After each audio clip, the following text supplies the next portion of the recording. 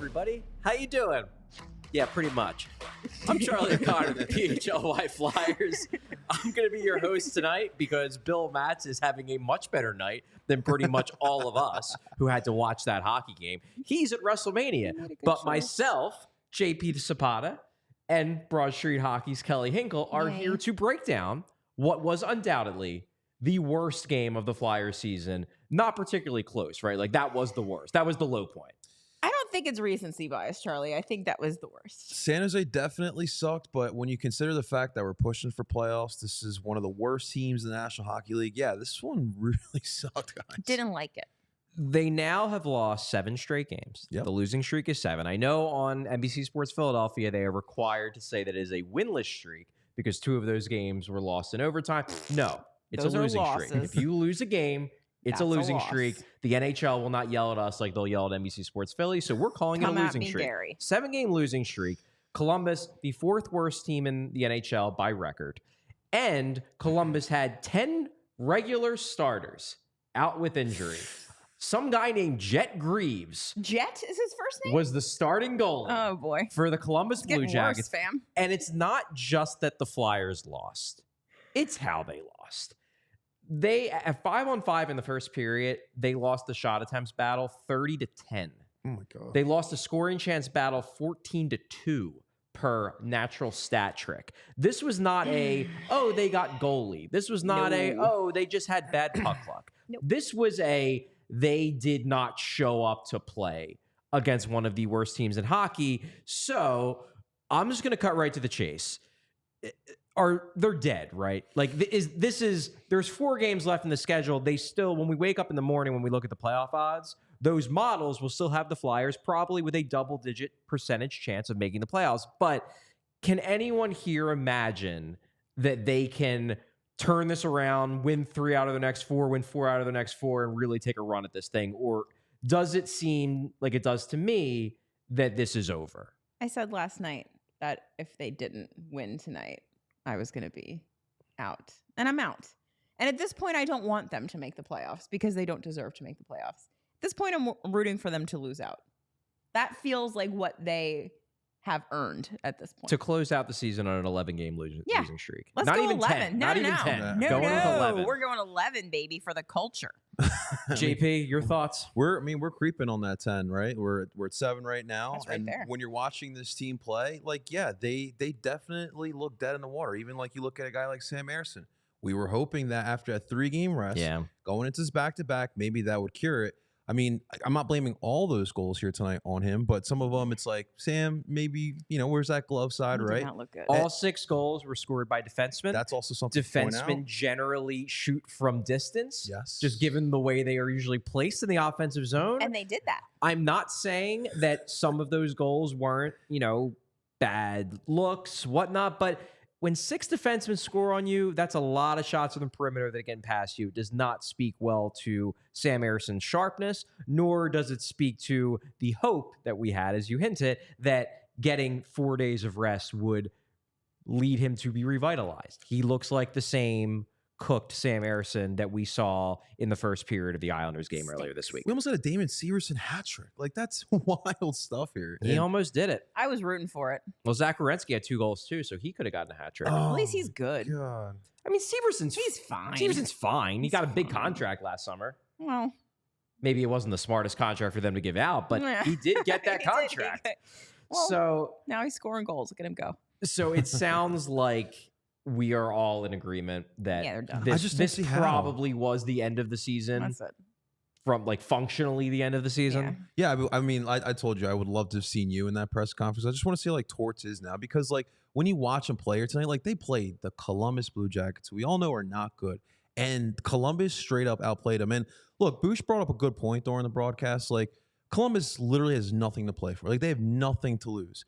And the Flyers, the way I'm looking at them right now, like the pressure's on them. You can clearly tell like they have like a mental burden when I watch them go out there and play. And yeah, Columbus just caught them snapping a little bit. That's the way I looked at it tonight.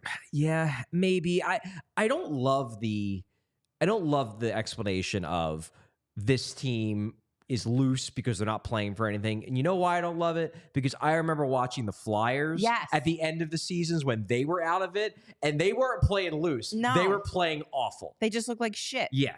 So, yeah, maybe some teams, they find something at the end of the year because the pressure's off, whatever. But to me, it's less an explanation. Like, there are sometimes where excuses can be reasons, where it's like, it's not an excuse, it's a reason, it's an explanation.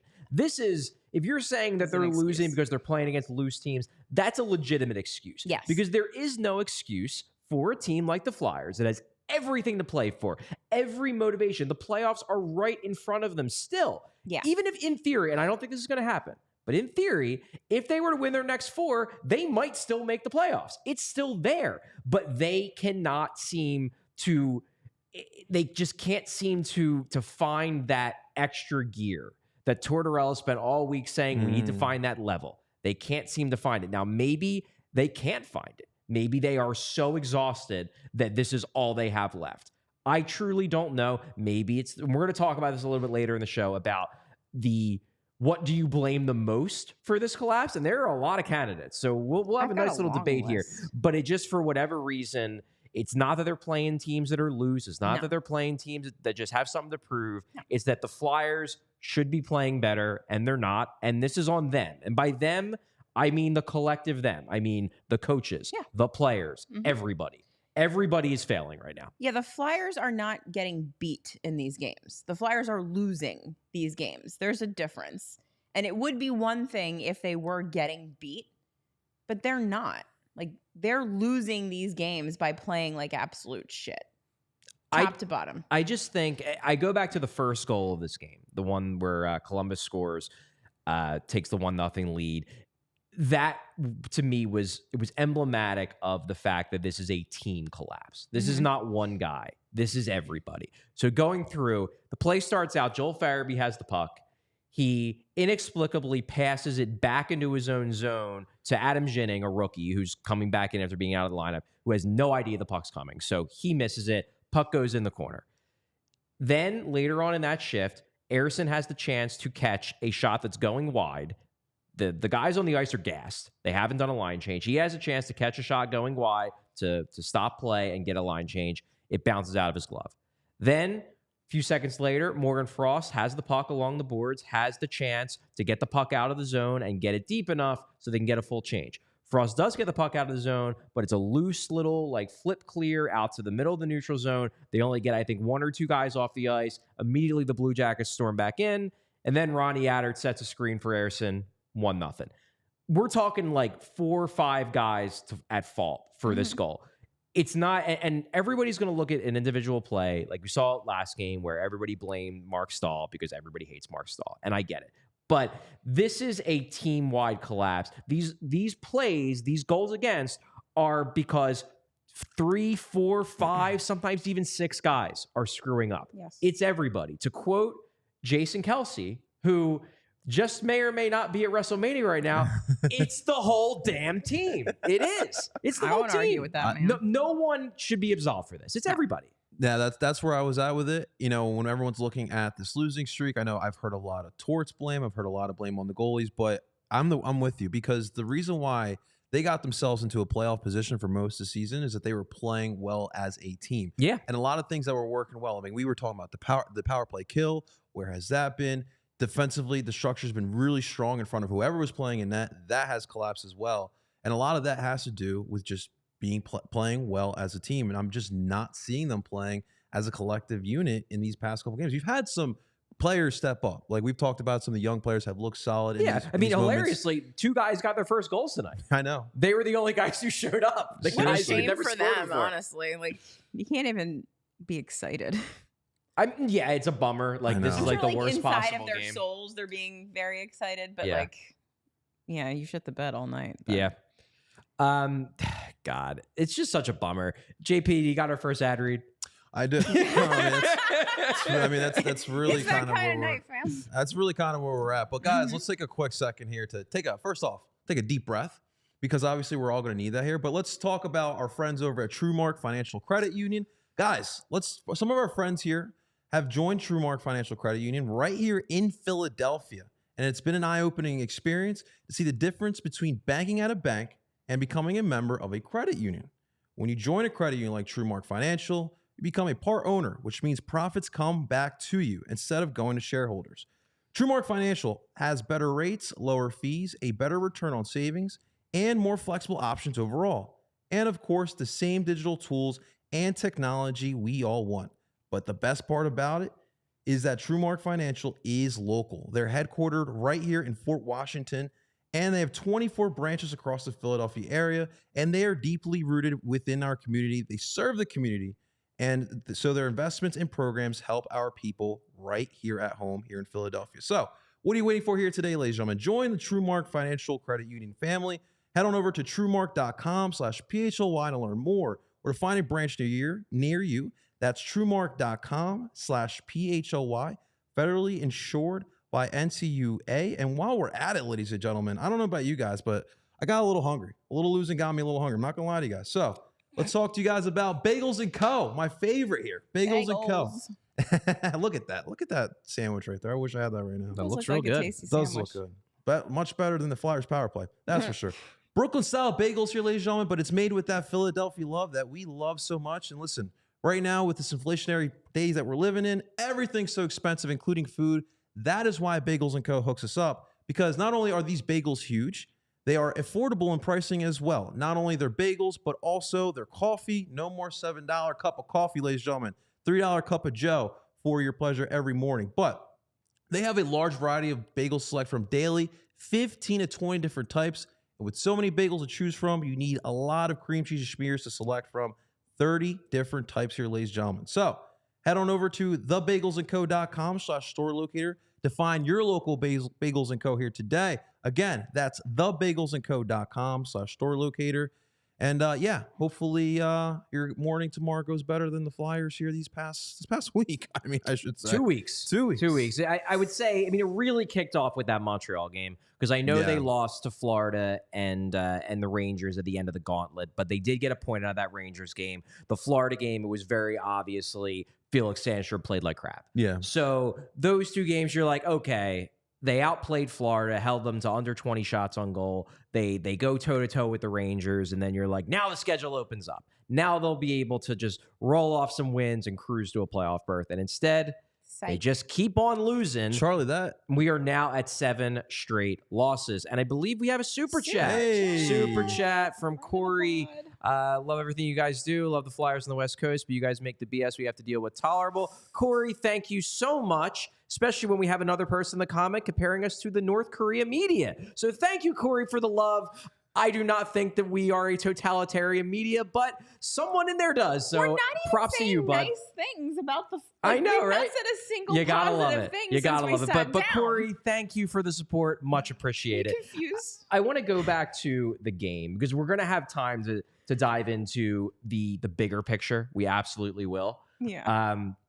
But this game, there's a couple things I still want to talk about, namely that there were opportunities Yes. for the Flyers to turn this game back in their favor. I'm thinking specifically to when the score was still 1-0. Cam Atkinson gets a breakaway. He's against his old team. It's very clear the Flyers coaching staff thinks that maybe he's got one more big goal in him. Well, man, that would have been the time. You're back in Columbus. You basically live there. You love the city. You're in front of your old fans. The score is 1-0. You have a chance to get the dramatic game-tying goal that gets the team going, and he doesn't even get a shot off. Because he's cooked. But he is done. It's real rough. And I really like Cam Atkinson as a person. I enjoy covering him. He's a good dude. But holy crap. Bye-bye. I mean, listen, we can't go back to him next year. And like even, Kelly did bring up a good point when we were watching the game. Like, do you go Garabanov or Cam Atkinson in that situation? Like at this point, I feel like either or can't really hurt because Cam's cooked. Yeah. Garabanov, we just don't know exactly what you're going to have. A lot of people are hoping that you can get that 2020 Garabanov back. But I mean, at this point, it may be too far gone. But I mean, Cam Atkinson, if he scores that goal, this may have been a different game of what we're talking about tonight. I mean, at this point, you might as well check out Garabanov. Like, I don't think he's likely to be part of this. He's not young. and there's a reason why he fell out of favor in multiple organizations. But after seeing that, like, that was as gift wrapped of an opportunity as you're going to get at a key situation. That's what you're hoping to have the crusty old vet in the game for, to make that one last play. Yes. And not only does he not score, he doesn't even get a shot off. Then shortly thereafter, the Flyers have a 3-on-1. It's actually set up very nicely. It looked good going in. And one Travis Konechny just misses the net. Missed the net. Sails over. Just sails it. And there was your opportunity. You could have, I don't know. And then I'm not even starting to talk about the fact that they opened this game with a 4-minute power play. I mean, I was to be dreading that. fair, we knew how that was going to go. Like, there was no just 4 question minutes what was of going to torture. happen on that 4-minute power play. You were almost thinking, I don't know if anybody else was thinking this, but I almost was thinking this is the worst thing that could have happened because any good feelings they had going into this game are going to be gone after they waste a 4-minute power play, which they did. I'm more shocked that we got to this point in a playoff position with the power play the way it is. I mean, like, the power play has been the one constant throughout the year. It's been bad, and we've tried every different combination. It just doesn't flat out work. And even on a night like tonight where you have 2 opportunities, you have the 4-minute power play, and you still couldn't get we had like 5 shots in those 4 minutes? They had shots, but they weren't that good. No, not at The all. beginning of the first minute and a half of the power play was shit. Then they started creating some chances, getting some zone time, but it never looks threatening. Like somebody tweeted at me during the game, and it was a fair point watching that power play saying, why don't they just shoot more? And I get that criticism. However, they actually tried that in January. There was a stretch in January where I remember watching it and I remember talking to players, and it was just like, well, we're just shooting because we're figuring like we got to get shots, we got to get pucks on net. And that worked for a little bit, and then it stopped working because you have to eventually create quality scoring chances. You can't just depend on deflections, bounces, and rebounds. So they went back to trying to create quality chances, and now it's dried up again. I don't know. You also have the moment. So Lycksell gets the goal to cut it to 3-1. That was nice. Look, there's still a big hole to dig themselves out of, but there's a chance. We're only around, there's about 35 minutes left in the game. They could, like, Columbus is still a really, really bad team. A bad team made worse by injuries, and they're playing an AHL goaltender. Missing like 10 starters, right? Yeah, they everybody's injured. Fantilli's hurt. Things were stacked. Line's in hurt. the Flyers' Everybody's favor. hurt. They still have some guys, like obviously Goudreau is still playing. They still have some quality players, but for the most part, not a good team. And they're already not a good team even when they're healthy. Right. So you're thinking, all right, they're down 3-1, but they got time. So what happens? The very next shift, they get destroyed and they give up a goal to make it 4-1. We were sitting there watching the game like it's gonna happen. I laughed out loud. You did. I laughed out it's loud gonna when happen. that Yeah. puck What else are went you going to do? And it did. Because it is darkly funny. And I think like my overarching feeling right now is just a bummer. Because sucks. like I didn't come into the season thinking they were a playoff team. I really at no point truly bought into them as a playoff team. No, you Like didn't. February, I was still saying I think they're going to miss. Last month, I finally was like, okay, I think they're going to make it, but not because I'm incredibly high on them, but because everyone else sucks just as badly Right. because the Devils and the Penguins seem to be out of it at the time. And everybody they were battling with is also the same kind of mediocre the Flyers are. So I'm not angry. I get why fans are. I'm not. It's just a bummer because there were so many good things about this season. Yeah. And now anyone rightfully, they made their bed. Like, I'm not absolving them. But all anyone is going to remember about the season is the collapse. Yeah. Oh, yeah. That's it. Yes. Every bit of goodwill that was built up over the course of this season, and there was quite a lot of it. Quite a lot of it, actually. Yeah. The vibes were good there for quite a long time. It is gone. Yeah. I sat right in that chair after that Boston win not too long ago, and I told Bill, there's no way we're missing the playoffs. Because I've been saying that all year. after that win, I was so high on them, and that was like a hard fought win as well. And here we are. Here we are laughing at ourselves over the belief of the team. No, it truly does suck. And like obviously we're gonna talk about who's to blame and whatnot, but to think that Everybody. we were in a position to make the playoffs this deep. I know a lot of us are mad because we were in a position, but the way I look at it, like I have to look at it with a little bit of optimism. This all has been a plus because I did not think that this Flyers team was going to be in this type of position. So the fact that they've been pushing to this point, this deep into the season, I have to think like it is a plus, and hopefully they do learn something from this. That's the only thing I can think of, but it's collapse. Not Really now, has JP. sucked. Yeah, I feel like maybe in like a few weeks Yeah, it's we too can soon. we can maybe take a step back and talk about the good things. Right now, I don't. I mean, I can't speak for the entire fan base. I don't think They're probably most of the mad. fans want to look at the good things right now. No, To we me, don't. it's just a bummer that you can't look at the good things anymore. Yeah. Because there are a lot. Stinks. But right now, it completely feels like this was all just a waste of time and that they just built everyone up just to tear them down in uniquely Flyers fashion as they are wont to do. And not only that, it's hard not to think like, well, were all of the things that I thought were good this season, like, were they real or were they just aberrations that will never be repeated? Like, did players actually take steps forward? Were players better than we thought they were going to be? Or was all of this just luck and happenstance? And actually, all these guys suck. And what we're looking at now is the real thing. And it's what we're going to be looking at for the next few seasons. Like, I know that's a little bit dramatic, but it is kind of like, well, fuck. Is Travis Konechny as good as I thought he was? I don't know. I was feeling rather convinced. And now I'm not so sure about anything, really.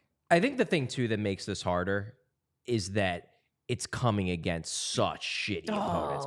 If they would have collapsed and had the 7-game losing streak during the gauntlet, if they would have just dropped all 7 games, It's just the wildest I thing. honestly think that people would have been less pissed off. Yes. Because it would have been like, 100%. all right, you know what? Like, this was a fun year. They tried. They gave it their best shot, Yeah. but they're just not as good as these teams. They're just not.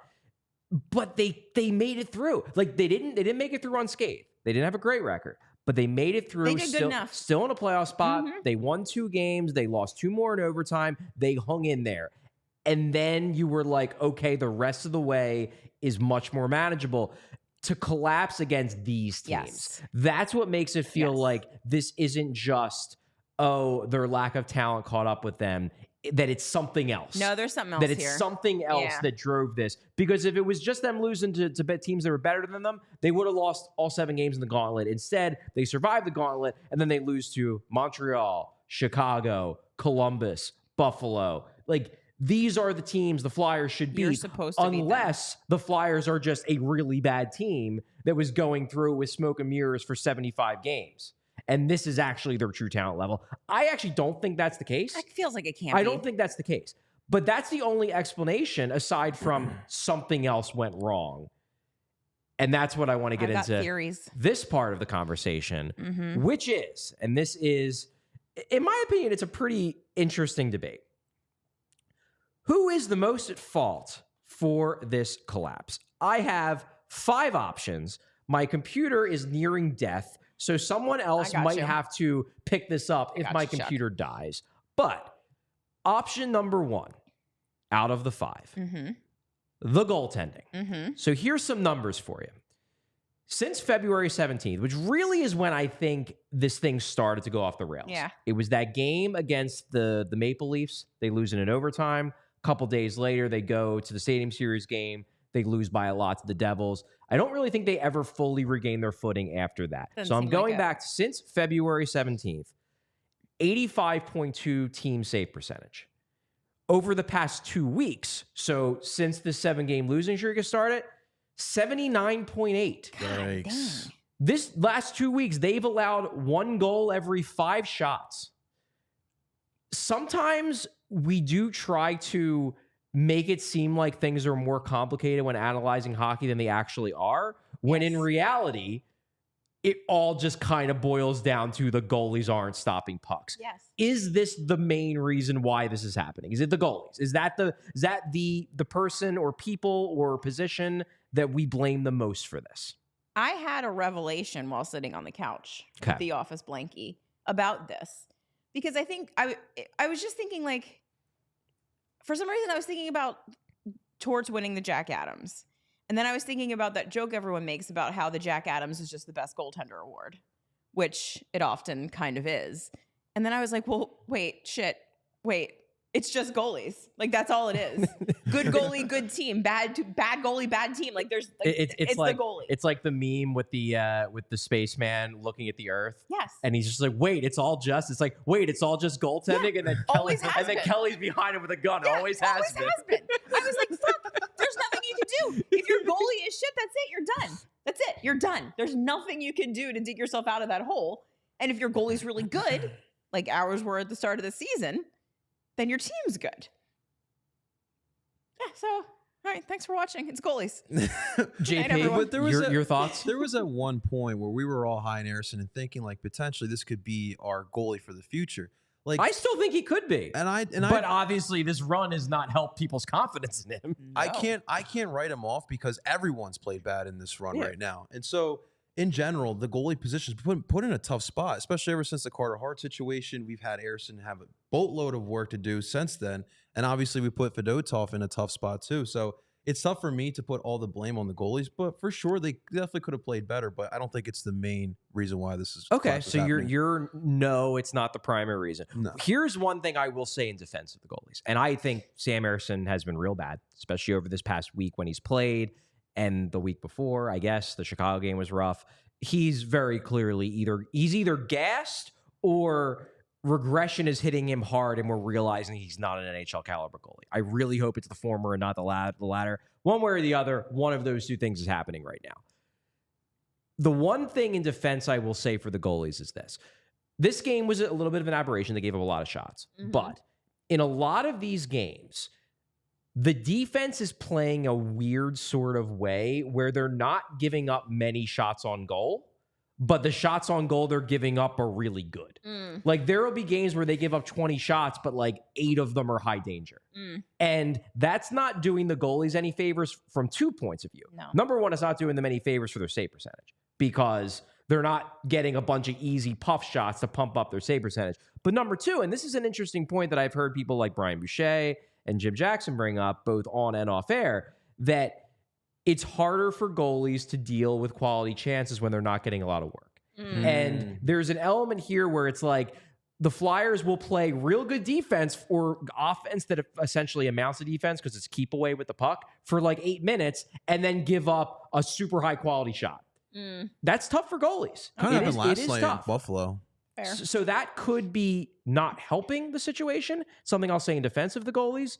However, I am probably of the opinion that the goaltending is the biggest reason. Not the only reason. No. But if I had to pin it on one thing, It's it's so hard for a team to have confidence when they're terrified that every shot they allow is going to end up in the back of the net. It's so hard. It feels like an insurmountable hurdle.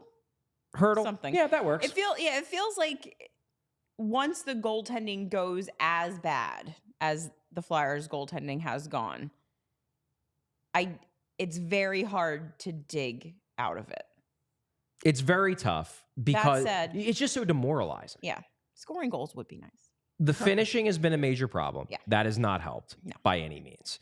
Okay, so that's number one, option one of the what do we blame? Goaltending, it seems like I am more on board with that. JP says no. Kelly, you're like on the fence. It's definitely a factor.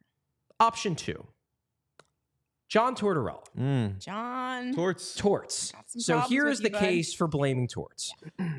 First thing is, and this is something that obviously a lot of people are going to theorize, did he lose the room after the Coots scratch? Right after the Coots scratch, he got the boost. The boost happened. For 3 or 4 games, they played better.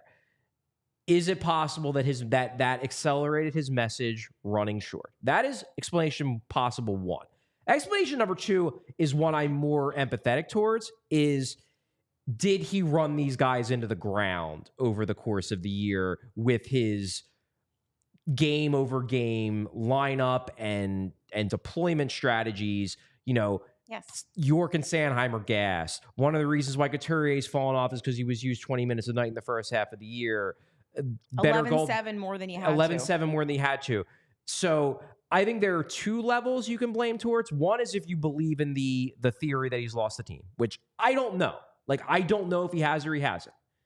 I worry that it was a possibility. I'm not saying it has. I'm just saying that, like, you just lost 6-2 to the Columbus Blue Jackets with 10 guys injured. I think it's reasonable to wonder. The other one, which I am more open to at the moment, is that he's run this team into the ground, both in terms of the way he has the team play and his deployment strategies. So that is option number 2, John Tortorella. Kelly, thoughts on Torts and his degree of blame for this? So I think just base level, if you're going to give John Tortorella credit for the team performing well at the start of the season, then you have to at least hang some of this on him, because that's how this works. You don't get all of the praise and none of the jeers. That's completely fair. Now, also, we know that John Tortorella loses the room eventually. Usually takes longer than people give him credit for. Usually takes longer, but he does lose it. And I do think that it's plausible that not only scratching Couturier, but the way it was handled was probably not very popular among a locker room that I think you said several times, good friends, good vibes in the locker room. Good vibes. Everyone got along. Good vibes. Which I know over the last couple of years when things were going very poorly, people were very pissy about the idea that all of these guys liked each other. That was always weird to me. Seems like a good thing for a hockey team to like each other. But I do think that the comments that we heard from Coots about the way things were going behind the scenes, the comments that Tortorella made to the press about Sean Couturier when he was scratched, it was all just so, I think, needlessly nasty that I can very much see this locker room being like, you know what, fuck this guy. Like, nah, I'm not listening to you anymore. Like, fuck off. And I never really understood the idea, like, a team quitting on a coach never really made a lot of sense to me, because we've talked about this a million times covering this team when they've been bad the entire time.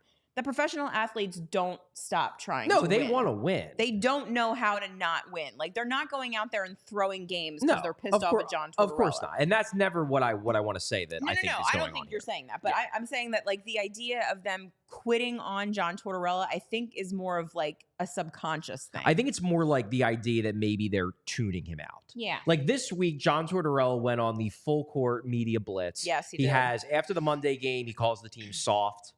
He says they have no balls. He says that there are some guys who, might not be able to deal with these kinds of games. Then 2 days later, he comes up and China does this like 15-minute long mea culpa where he's like, no, actually, I'm at fault too. And I'm trying to teach these guys and that kind of thing. But there's an element where you wonder at what point do the players, rather than be impacted by that and rather than being fired up by that, do they just roll their eyes and just like, now it's annoying. Oh, here he goes again. Yeah, right. And that's when you're wondering like, okay, has he lost his impact? This will be early.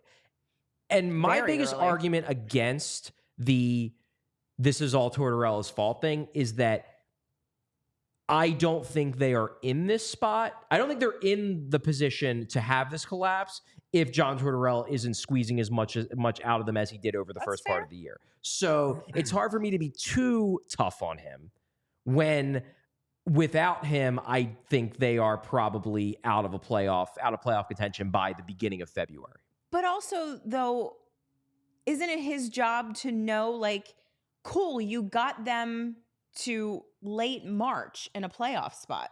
Like, that's not the end game, John. Like, you have to get them to the playoffs if that's what the goal is. And it seems clear that obviously the front office has told us 1,000 times that the playoffs was not the goal for the front office. But I think it became clear like a third of the way through the season that for the players and for Torts, I'm sure, it got to be like, well, shit, maybe we can. So why don't we do it? And if that becomes the goal, then you have to know how hard you can push them so that they have gas left in the tank in April. And he obviously didn't do that properly if this is them being gassed, which is another thing I don't really buy because, again, they're professional athletes. All right, JP. Yeah. What are your thoughts on the it's Torts' fault for the collapse theory. Look, it's hard to gain a locker room and then lose them in the same year. Now, I do know, I do know that. Are you sure? I do know that in the past, Torts has been able to lose a locker after getting a team to a promised land. But in this type of situation, I think that again, like we talked about before, it's a lot of factors. But I don't think that Torts is the main factor here. I will say that some of the antics, like obviously scratching Coots, calling out the team in the media, we're talking about professional athletes. They are competitors. They may not like some of those things that Torts does with the media. So although I don't think that Torts is as big of a factor as the goaltender like we talked about, but I do think that some of those antics that happen off the ice may have rubbed some of these players the wrong way. But I still think that there are some other key factors here to this collapse. Okay, so JP is still waiting. Yes, I think it seems like out of the three of us, Kelly is the most willing to put blame on Torts. I just think that the collapse time-wise, and I know that they got that little bump after the scratching, but I do think that the timing of it makes me think that, and you mentioned it when we were watching the game, like it might not have been a big deal like here in sports media, but in Canada, it was like, holy shit. Oh, it was enormous. John Tortorella scratched his captain, who has never been scratched once in his entire career. Like, it was a big fucking deal. Yeah, as I've said, the Canadian hockey media treats the captaincy as if it's basically like one step below a god. Right. And so the players absorb this information. Sean Couturier absorbs this information. There's no way that there wasn't a little bit of resentment, I think, when that happened. And so that makes me think, like, you got to give Torts a little bit of a... He might have earned this one. All right. Gary be adding into the super chat. Yeah, let's check some super chats before we get to option number 3. So first super chat, we have Kev A. Is this the ceiling for Farabee? If so, should he be part of the future? I still really like Joel Farabee. However, he has been real bad for like the past month.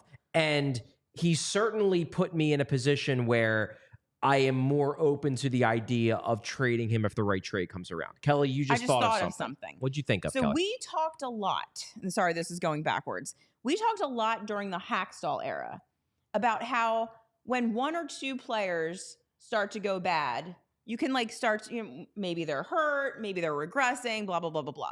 When the whole team starts to go bad, that's when I think it's like, okay, what is the coach doing wrong here that's making everyone go to shit? Yeah, but I guess the reason why I don't fully, I agree with that concept, but I guess where I'm coming from is that I never thought this team was that good. I so like for me, it's less that like this is a good team gone bad. And for me, it's more of like this is a mediocre to whatever team that's finally kind of crashing back to where they probably should have been all year. You think they should have been this bad all year?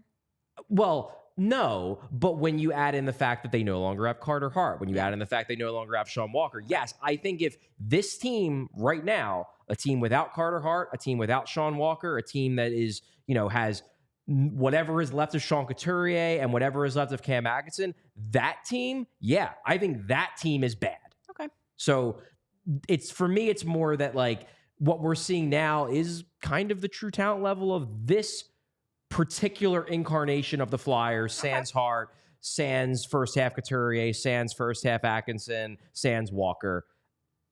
That's why it's hard for me to pin too much on John Tortorella. However, he deserves some blame for not being able to halt this. And we'll see over the next few weeks if the people above John Tortorella think he deserves even more blame than that. We shall see. I think we had another super chat, though. Oh. We got Torts can't make Sam Ersson save a puck from Gary B. Gary B, you are not wrong. He cannot make a goalie stop a puck, Maybe if which he was means a good coach, Gary B, very much an option 1 person. Evidently. Option number 3, the blue line. This is related to option 4, but it's kind of different. The blue line core all year was, I would say, a surprising strength of the team. Yeah. Very surprising. Over the past month and a half, they lost Drysdale, Sealer, and Ristolainen to injury. They traded Sean Walker. They ran Cam York and Travis Sanheim into the ground. Is it possible that this all stems from the fact that the defense just can't do the things tactically and stylistically that the Flyers need to do in order to win games? I think it's a solid group that we had. And obviously, in the beginning of the year, it was much better. But like we talked about, York and Sanheim have had a lot of ice time out there, and they're gassed.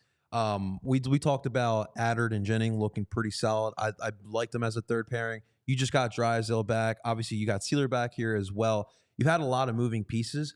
Definitely the blue line is no. If I had to rank them, it'd be Torts, goaltending, and blue line goaltending, Torts, and then the blue line as far as the rankings, as far as what I would blame. Mm-hmm. Blue line's at the bottom right now. Okay. They're gassed. I mean, they're the most gassed unit. See, my thing is that, like, when I say blame the blue line, it's not even blaming from a sense of frustration. It's more just blaming it from this is the reason. Because I'm not going to give Travis Sanheim and Cam York shit for getting exhausted because they had to play 30 minutes a night for a month. I think it's understandable that they are exhausted. But if they're exhausted and therefore they no longer can engineer the kind of breakouts that the Flyers need to do what they need to do to win games, then that is an explanation, or it's a plausible explanation as to why this has all gone so bad so quickly. If they are too tired, if Sealer and Drysdale, obviously they missed a ton of time, now they're back, but they're not at their peak because they're coming back from injuries. You had Mark Stahl in a game, Eric Johnson. Like, they brought Eric Johnson in for Sean Walker. Dramatic downgrade. Is it possible that, and again, this isn't me saying the defense sucks. I think a healthy defense could be decent next year. But this current defense during this 2-week stretch, could that be a big reason why, if not the biggest reason why, they are losing games? Because this defense can't do the things that got the Flyers in the standings position in the first place. Yeah, this is definitely more of like a reason. Not an excuse. Right. This is more of a reason than an excuse. There's just no getting around it. The injuries were a big problem. And losing Sean Walker, who's apparently the only guy with the ability to break the puck out of the zone, that obviously hindered like the rush and like entirely It clearly did slow down their transition offense, without a doubt. Yes. So yeah, I mean, I think it's pretty clear that the defense core that we started with was pretty good. The defense core that we're finishing with is not that great. It's pretty bad. We got another super chat real quick from Gary B. What was option one? Gary B, option one out of the what should we blame the most for this 2-week-long collapse? Option one was the goaltending. So that's why I said, seems like you're an option one person, Gary B. JP. Yeah, so where are we going? Are we going? Oh, we got going for option four? Oh yeah. So no, it's definitely. We want to do a. Do we want to do an ad read? Let's do an ad read. Let's do an ad read. Then we'll go to option four. Love an ad read. Let's talk a little bit about Empire Today here, ladies and gentlemen. Sure. With Empire Today, you get shop at home convenience, the right product for your needs, quick and professional installation, and price match guarantee. Empire Today is the best place to get new flooring, so of course they have copycats, but they can't beat Empire Today on quality, service, speed, so they advertise low-quality products that simply won't carry. Empire Today won't promise the lowest prices because anyone who does that is putting flooring in your home that they wouldn't put in theirs, and that's an important part, ladies and gentlemen. They keep shopping for Floor Simple with their curated product selection. Their virtual floor designer is a fantastic way, so you can see how floors will look in any space. It's easy, just a snap of a picture, and instantly see how the new floors will look in your room. Shopping for floors at a big box store can be frustrating, so you might want to talk to somebody today who was working in plumbing yesterday. Flooring is all Empire Today does. They live and breathe flooring, so you can be confident and you're getting honest, upfront advice. And right now here, you can schedule a free in-home estimate today. All listeners can receive $350 off discount when they use the promo code PHLY. Restrictions do apply. See Empire Today /Empire for details. And of course, we got to do it. Of course we do. 1-800-588-2300 Empire. Today. Absolutely. Yay. And So Crushed it. I do want to point something out because Barbara Carroll, who's a very active participant in our chats, Hi, Barbara. she's here a lot. Thanks so much for watching our shows this season, Barbara. She pointed out the power play. Now, here's the thing with the power play. I did not put the power play on my list of things to blame most, and here's why. The power play is god freaking awful, but it has been god freaking awful all year. it's been one constant. It was really bad when the team was playing well. It's still really bad now. It's not like it's gotten worse. It's just the same level of shit. Yes. Has it maybe caught up to them now because all these other things are going wrong? Yeah, I mean, they could certainly use some freaking power play goals here and Would there. be nice. But the reason, Barbara, why I'm not including the power play as one of the big potential reasons why this collapse is happening is because that's not a new problem. This has been a problem all year. They won with a bad power play. It's frustrating as hell, but they won with a bad power play. They're not winning now, but I'm loath to blame it on the power play when they spent all year overcoming that. Like, they didn't spend all year overcoming the defense as it is now. They didn't spend all year overcoming shit goaltending. They didn't spend all year overcoming whatever is going on with the relationship between the players and Torts. It's easy to say that take more shots on a night like tonight, but like it felt like every single time someone took a shot for the Flyers, it was either wide or too high, or it was just going right. Well, into, they're to not the goalie. finishing either. I mean, that's true. Like, and some of that goes to option 5, which I'll get to in a sec. But want to do option 4 real quick because this is an interesting one. It's kind of more of an outside the box one, but I have heard some people make this point, and I think it's fair to bring up. Danny Briere. Reason being, the Flyers did sell at the deadline. They traded Sean Walker, so he was one of their best defensemen. And they traded for Eric Johnson, who apparently has been so underwhelming that he got scratched tonight. And Danny Briere chose not to acquire a goalie. Right. Now, Danny Briere would argue, and I think correctly, he would argue that this is a rebuild. He's making decisions for the future, and I agree with that. However, if we are just talking about reasons for this collapse right now, how much culpability, even if we understand the decisions and we might even agree with them, how much culpability for this collapse does Danny Briere's decisions at the deadline have? Yeah, this one's interesting because I 100% agree with everything that he did, but also you can't deny that those moves are a large part of the reason why the Flyers are struggling right now, particularly losing team MVP Sean Walker. Team MVP Sean Walker. But yeah, that's an interesting one because I wouldn't have undone anything that he did. I mean, I might have undone the Eric Johnson. trade. I don't know why that was. He's a great dude. I enjoy interviewing him. So for me personally, I'm happy he's on the team because I got a couple real good interviews out of him. Yeah. But like the Flyers have been outscored, I think, like 14-3 at 5-on-5 when he's been on the ice. It's been rough. He hasn't been helping. But yeah, so that's like a weird one because yes, but also I can't be mad about it. Yeah. I get it. I mean, like, look, Conflicted. the thing is that we still had to get those future assets, right? You still need to get those future assets for this team. If they're going to say it's a rebuild, exactly, you kind of had to do that. Yeah. Or else you had to straight up say, we're not rebuilding anymore. We're going for the playoffs. Yeah. With the goalie thing, though, number one, what was available at the time, right? Like, we were like contemplating Ranta. And number two, could Briere maybe had thought at that time Fedotov was an option? He absolutely did. Yeah. So maybe that's why he didn't go out and get that I goal. think that was part of it. However, Fedotov, I give Danny Briere and the entire Flyers front office all the credit in the world for pulling off the Fedotov thing on multiple levels. Great job.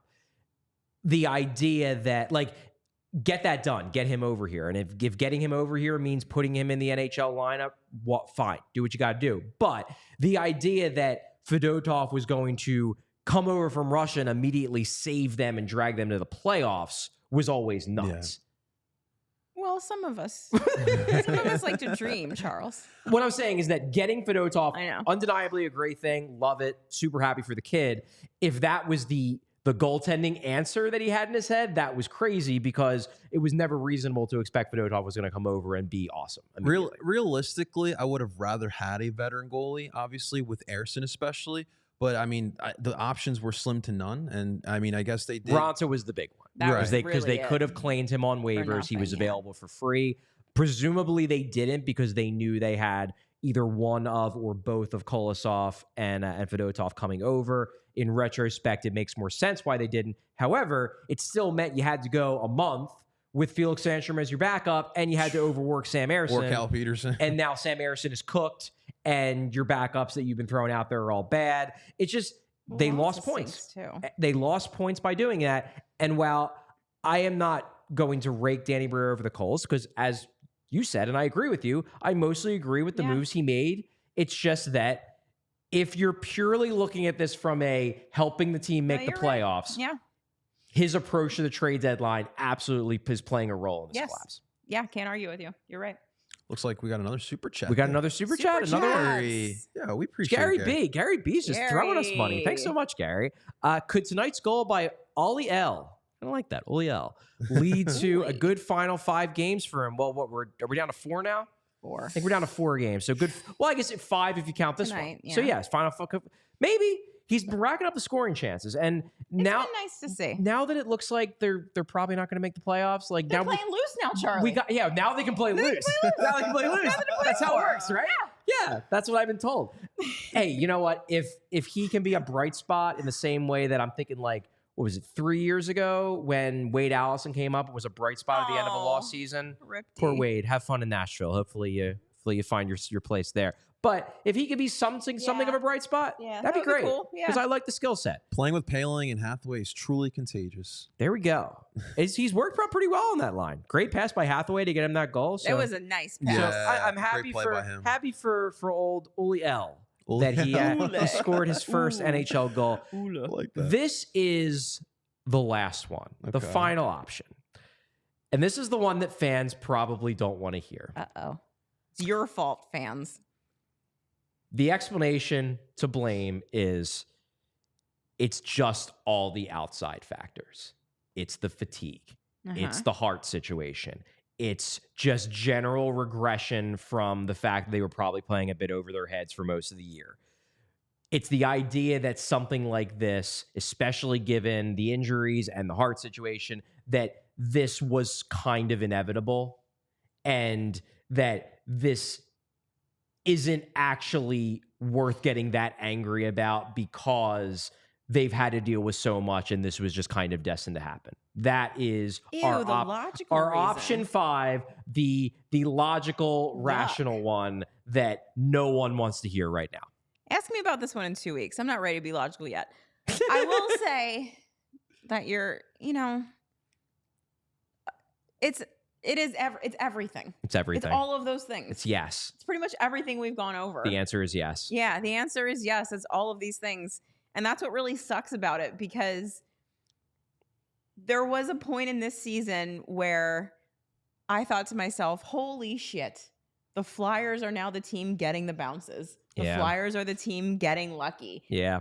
And it has just 180'd to the complete other side, where we're back to the Flyers being cursed and nothing going the Flyers' way.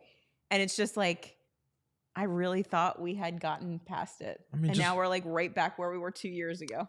Just like one of the main storylines here tonight. You allow 6 goals to the 4th worst team here. All defensemen. All defensemen. What's even going on? That just tells you everything.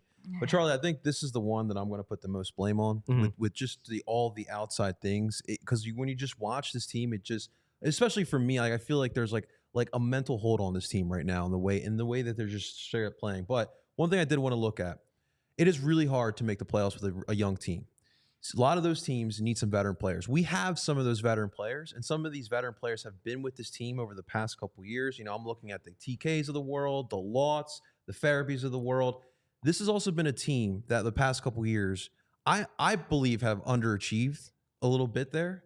So I wonder if, like Torts was talking about earlier as well on Monday after the game, if it's just the fact that we just don't have the pieces that have the mindset to win some of these games late. Well, one thing that's going to be really interesting, and I guess the season isn't over. You got 4 games left. Maybe the Flyers pull a rabbit out of their hat. You never know. It's hockey. Weird things happen. The friggin' Penguins are back in a playoff spot, exactly. Okay? So that's my point. You never freaking know.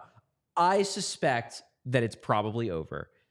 And if it is indeed over, it's going to be really interesting over the next few weeks and months. breaking down what the Flyers may do in the offseason. Because what this does open the door for is this idea of, had the season ended in early March and the Flyers made the playoffs and had a plucky showing in the first round, it would have been a hell of a lot easier to be like, well, we'll just buy out Cam Atkinson and then run it back and add some young guys and maybe make a couple depth signings and we're good.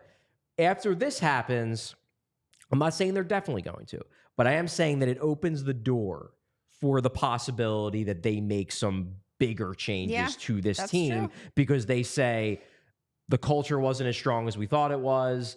We need to, remember at the end of last season when John Tortorella basically was like, we're going to need to make some subtractions. Yes. I wonder if this finish to the year will have them saying that again. That maybe we need to make some subtractions because maybe this isn't as strong culturally as we thought it was. And that opens the door for a lot of intriguing possibilities. I don't know how it's going to play out, but I do think it will be interesting to talk about it over the next few weeks leading into the offseason because we don't look like we're going to be talking about playoff hockey, which is a bummer. I guess with that, JP, final ad read. Let's take a quick second here, ladies and gentlemen. Is it time to chill? It is time to chill, ladies and gentlemen. Of course, you guys see it right here. The Coors Light, our dear sponsor here. And listen, we're gonna need a lot of Coors Light after this game here. So, guys, listen, I love Coors Light because look, listen. I like the heavier beers. I'm more of an IPA guy. I like the lagers, but sometimes I can't do too much of them. So I go for a cold, refreshing Coors Light. Especially when that Rocky Mountain is blue, that's when I pick that Coors Light here, ladies and gentlemen. Of course, I'm sure right now, obviously, we all know our boy Bill Matz, who's having a much better time than all of us down at WrestleMania. I certainly hope so. I'm sure he's also crushing quite a few Coors Lights here as well, ladies and gentlemen. So that's why you guys need to check out Coors Light here. And you know what's the best part about Coors Light, guys? Listen, you don't have to go straight to the beer store. You can also go get it online. Yeah. It's that simple, guys. Get it delivered right to your home. Don't have to go outside. I'm with you. I like chilling at home too. And I like it getting delivered too. But right now, guys, when you choose the rise above it all, choose chill, choose Coors Light. Get Coors Light delivered straight to your door with Instacart by going to CoorsLight.com/PHLY hockey. Yeah, you can even make us look good. There you go. Get us a little shout out for our advertisers. Absolutely. There we go. Again, that's CoorsLight.com/PHLY hockey. Celebrate responsibly. Coors Brewing Company, Golden, Colorado. What a time to be alive. What a time. Oh, man. Well, I'll say this. This was a miserable game to talk about. I very much enjoyed talking about it with Kelly and JP. No, it was a great show. It was a good show. Yeah. I wish we were talking about a team that was doing better and not in the midst of an embarrassing collapse. But someday, Charlie. It's not our time, Charlie. That's what it means to cover the Philadelphia Flyers. To close it out, I'm going to do my 3 stars. I'm going to make it quick. Let's do it, Charlie. Spoiler alert. There ain't a single Philadelphia Flyer in the 3 stars. No, I thought about maybe even giving it to Lycksell or Ginning just because, hey, good job, the Swedes, for scoring your first goal. But I can't. What about the friends we made along the way? The friends we made along the way. 3rd star, Jett Greaves, the goalie. The goalie who shouldn't even be in the NHL, who shut down the Flyers. Western hockey. Star number 2, Damon Severson, who Kelly basically was like, why did they give him that contract at the start of the game? And then scores 2 goals and almost gets a hat trick. Damon Severson. Making myself look dumb. Gotta love it. Yes. And star number 1, who I actually thought was the best player on the ice for both teams in this game, Zach Werenski. Yeah. He was fantastic. Yeah, he was. He was just a difference maker. He's everything the Flyers need on the back end in terms of having a guy who could just be the guy. So much better than Ivan Provorov. So much better than Charlie. Ivan Real Provorov. quick before we go sign off here, our producer Brenna is fantastic as always. Thanks so much, Brenna. She actually put a poll here. Oh shit! Asking the fans who they blame here for the collapse. Who did you people pick? Leading the way with 44% of the votes is the goaltending. Okay. Second was the blue line with 29%. Third was Torts with 20, and then fourth was I believe we only have 4 options. Yeah, I don't think we had thrown in the 5th option for but Brenna it was Briere with 6. Okay, so Briere is still, people are still feeling good about Danny. Yeah, the goaltending. I mean, that's the one that I stinks. That's the one that I lean to. I'm probably a combo of 1 and 5, while reserving the right to potentially add number 2 in if, over the course of my reporting over the final 2 weeks, I find out that the team really does fucking hate Torts. Yeah, baby. I mean, I don't know that now. But I'm reserving the right to adjust that if I find out things. I'm going 2-5. That's more 5, but I put a little bit I feel 2 in like there. you're going to want to be a diehard because I feel like if Charlie gets a big scoop about Oh, everyone yeah. hating John Tortorella, that's going behind the paywall, fam. Don't be I a don't know loser. if they do. Come a You better die sign But up. I'm just saying that, like, these are the kinds of things that as a reporter, you gotta look into. Absolutely. Because, hey, they've lost 7 straight games. They got a mercurial coach who goes off the rails every other week. Yeah. You never know. You can't rule it out. So What a great word. that'll be part of, the post-mortem on the season. But I guess, we got one more super Gary. chat. Gary B, another one before we end it. Gary B, is Denver Barkley an option next year? No. I'm giving Gary he my will Venmo. not be making the team. I believe he will spend one more year with the London Knights, putting up great numbers. I just don't think he's physically ready to make the jump. He can't jump into the AHL yet. I would say it would be in 2 seasons when he has a shot. We'll see how that plays out. I'm a big Denver Barkley fan. Certainly not Barkey and Bonk expecting looking good for down him there. to, Barkey and Bonk. Barky Bonk. Bumper bonk. But I'm not expecting Barkey to factor in next year. I'm interested to see how he'll look in camp because he may impress. That'll be fun. He Yeah. impressed in camp this year, and he looks like he's 12. Yeah. Presumably, maybe really does. next camp will look like he's 15. Ooh. You never know. Him and Bobby Brink can hang out. There we go. Yeah. Bobby Brink he's got some facial hair now. It's not the There you best go. facial He hair, looks but like he's a trying. He's got a little Small lettuce child. too. He's trying. He looks 17 now. There we go. Yeah. All right. Well, we've done all the ad reads. We've done the 3 stars. We've broken down this What dumpster else? fire of a What game. else is there? Thanks so much to everyone for watching. We will be back on Monday for our next live in-studio show. Bill Matz will be back from WrestleMania. Hey. We'll get to Or get he all might the not. details from that. We'll get to know if he had way more fun than we did, which I did. suspect he did. And in the meantime, please like and subscribe us on YouTube. Become a diehard. Get all the great content behind the paywall. Join the Discord. Have some fun. I'm Charlie O'Connor. For Kelly Hinkle. For JP Zapata. Thanks, everyone. See you guys. We all silly like the mayor.